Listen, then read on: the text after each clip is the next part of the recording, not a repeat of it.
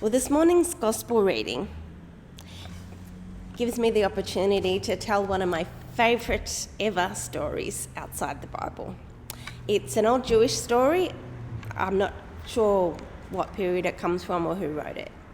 But it's a story about how the site of the temple was chosen. It's a story about two brothers and a flour mill. The two brothers worked the flour mill together after their father's death. And they shared the work equally, and at the end of each day, they each took home an equal number of bags of flour as their payment. The mill was on the top of the hill, and they each lived on one side of the hill. Now, one of the brothers married young and had a big family, lots and lots of children. And the other brother didn't marry, and so he lived alone in his little house. And so they shared the work and they shared the profits. But the brother with the large family reflected on this situation and thought, you know what? It's not fair. It's not fair that we get the same amount of flour at the end of each day when I have a big family and my brother has nobody. I have a beautiful wife and all these delightful children around my table who just make my life so joyful. And my brother has to go home to an empty house every night. It's not fair that we should get the same amount. And so he would wait until his house was quiet in the evening when everyone else had gone to bed, and he would tiptoe out of his house around to the back to his little silo where he kept his flour, and he'd take out a bag of flour, and he would walk over the hill to his brother's house. Very quietly open his brother's little silo and put the bag of flour in there. Quietly go home and go to sleep. Now, the other brother, who lived alone, also reflected on this arrangement, and he thought, it's not fair. My brother has a big family and I live alone. My brother has all of these mouths to feed and I only have myself. It's not fair that we should each be getting the same amount. And so each evening he would wait till his brother's house was quiet, and he would tiptoe out to his little silo, and he would take a bag of flour out, and he would walk very quietly over the hill to his brother's house, and very quietly open the door to the little silo and put that bag of flour in there. Now, this went on for years. It went on for decades, in fact. But then there came one night when one of them was a bit late or the other was a little bit early, and for the first time they met in the middle of the hill as each of them was carrying his bag of flour to the other's house. And as soon as they saw each other, they both realised what had been happening for decades.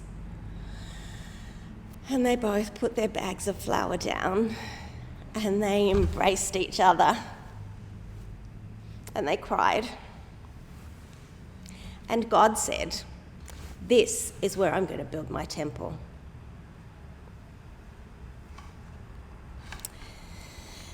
This is a story that makes us think about how and where God might want to be made known. What sort of place and people God wants to be identified with. And when we look at the gospel account this morning, we hear Jesus saying about the temple, "This is my Father's house." This should be a place of meeting, a place of hospitality, a place of welcome and forgiveness and healing and wisdom and fellowship, and you have made it into a marketplace, a place where hospitality and fellowship are bought and sold rather than celebrated. Jesus was very attached to the temple because it was his Father's house, and because, in fact, the entire story of the Bible, from Genesis to Revelation, is about temple. The first chapter of Genesis talks about God establishing the entire cosmos where God can be at home. The second chapter narrows that down to a garden that is established as a sacred space where God walks and talks with the two priests that God had placed in the garden to care for that sacred space, that temple. But instead of doing that, they have to leave the garden. And then one of their descendants is chosen to be the father of a nation among whom God would dwell, among whom God would be at home. In a sense, for those first few hundred years, the descendants of Abraham acted as a temple. Then they settled in their own place and built an actual temple, and that temple reminded them of God's presence with them, reminded them that God's desire to live with humanity had not diminished. The temple was never supposed to be exclusive in the way that other temples throughout the ancient world were exclusive. It was never supposed to give the message, God is with us and not with you. It was never supposed to say, you better watch out, God is on our side and not yours. The temple was supposed to work alongside the law, that law that's so beautifully set out in the 10 words or 10 commandments. The temple worked alongside the law to support God's people in their calling to be a blessing to all nations of the world. It was supposed to say, if you want to find God, you can come here. Whoever you are, wherever you're from, you can meet God here. So when the first temple was dedicated, we're told that it was visibly filled with the glory of God. And when the people of Judah were taken into exile hundreds of years later, the prophets describe the glory of God leaving the temple, and they show it turning up in a vision on the riverbank in Babylon, in the place of captivity and humiliation. The meeting place of God with humanity is not limited to a building, but it was wherever people call on God. And so a prophetic hope built up for a new temple that would be bigger and bigger and bigger and would fill the whole world so that everyone everywhere could meet with God. The actual reconstructed temple that was still standing in Jesus' day was an anticlimax. And there are no accounts in the Bible of God's glory ever filling that temple. This is important to keep in mind because just before this bit in John's Gospel, Jesus had performed his first miracle. He had turned water into wine at a wedding.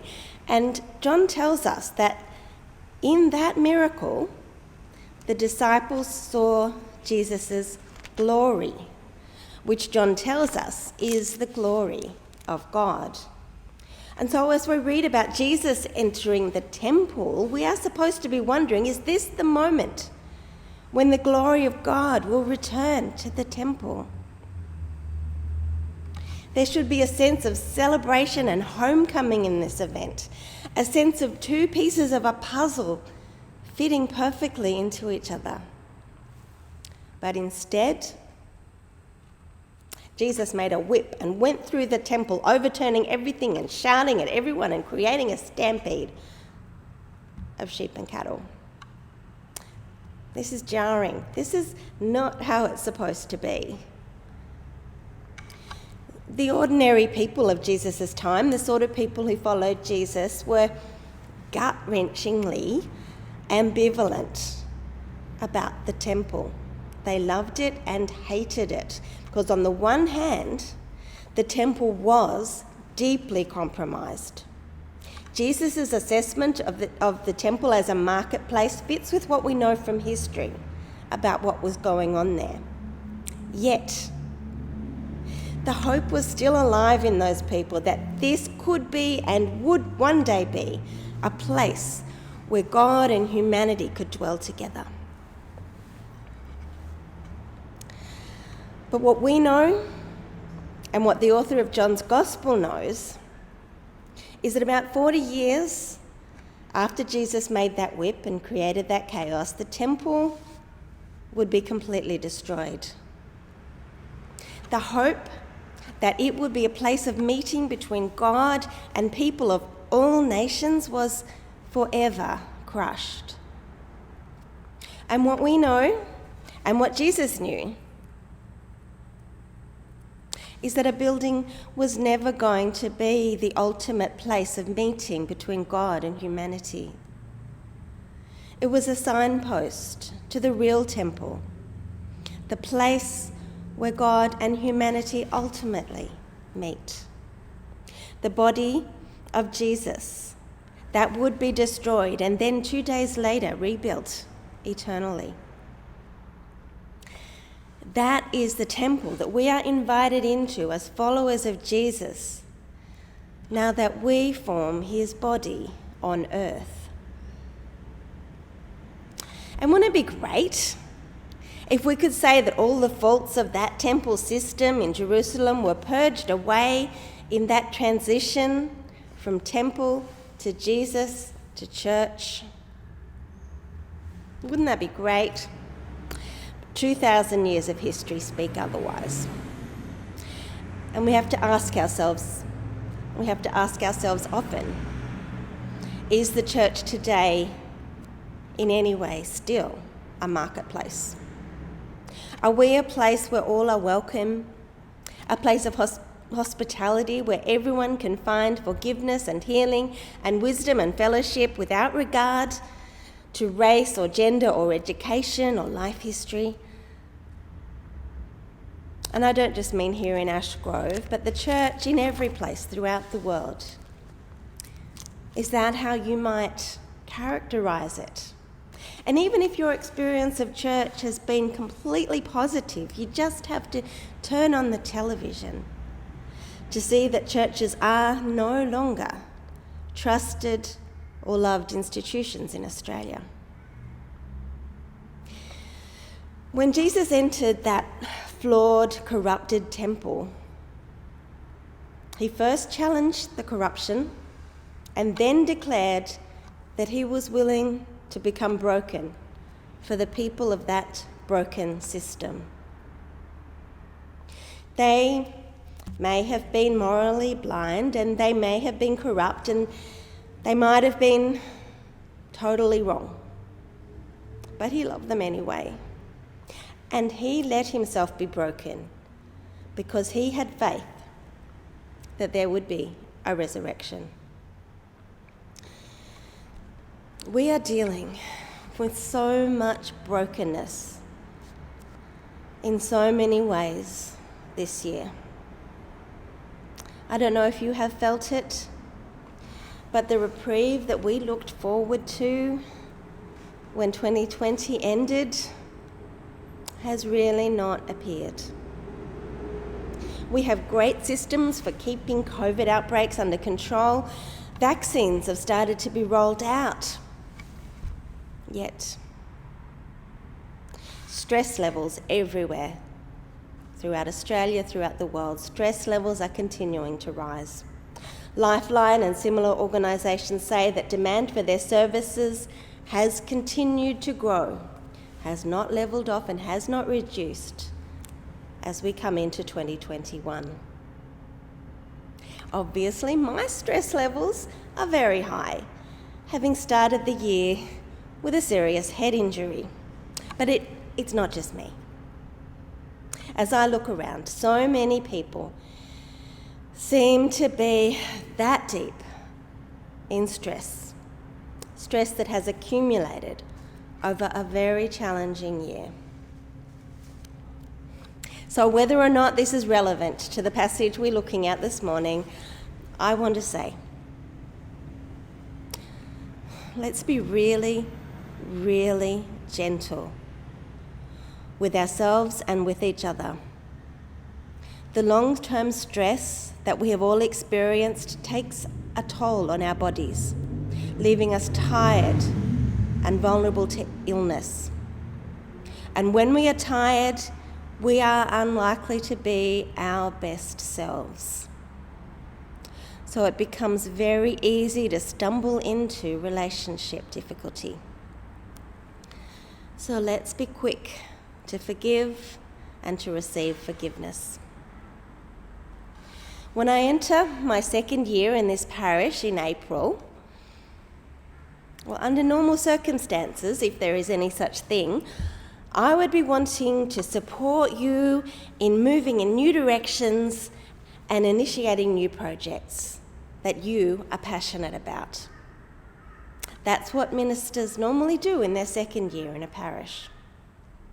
However, I'm discerning that we are all just too exhausted to be initiating anything. And we need to spend another 6 months at least, or a year or even more, just maintaining the basics of meeting together to worship God on Sundays and at Taizé, and spending time together in the groups that we already have, and also informally, just getting to know each other better. And it may be that some of us need to do less, and we as a parish need to be okay with less getting done. That is not to say that if you have an idea you are passionate about, you need to keep it to yourself. Please talk about it. This time will pass, and there will be another season of greater energy and greater momentum. And we will enter that season with more wisdom if we take the time to be still and listen to each other and listen to God, allowing ourselves to be that meeting place of God with people. The Lord be with you. Amen.